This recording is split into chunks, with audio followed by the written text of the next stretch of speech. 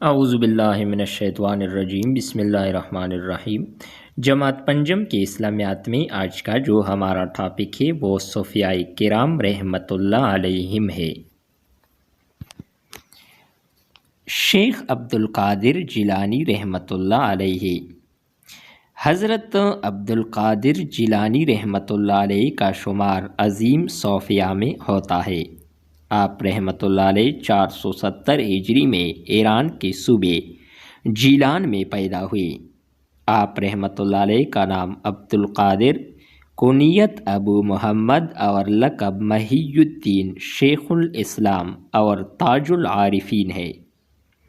شیخ عبد القادر جیلانی رحمۃ اللہ علیہ نے قرآن مجید حفظ کیا اور پھر دیگر اسلامی علوم حاصل کیے۔ آپ رحمۃ اللہ علیہ اپنے دور کے عظیم فقیہ تھے۔ آپ رحمۃ اللہ علیہ کی چند مشہور تصانیف مفاتح الغیب اور عنیت الطالبین ہے۔ آپ رحمۃ اللہ علیہ نے 40 برس تک لوگوں کی اصلاح کا کام سر انجام دیا۔ آپ رحمۃ اللہ علیہ نے لوگوں کو تعلیم دی کہ خود کو اپنے رب کی اطاعت سے آراستہ کرے۔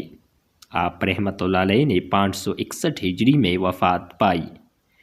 آپ رحمۃ اللہ علیہ کا مزار بغداد میں ہے۔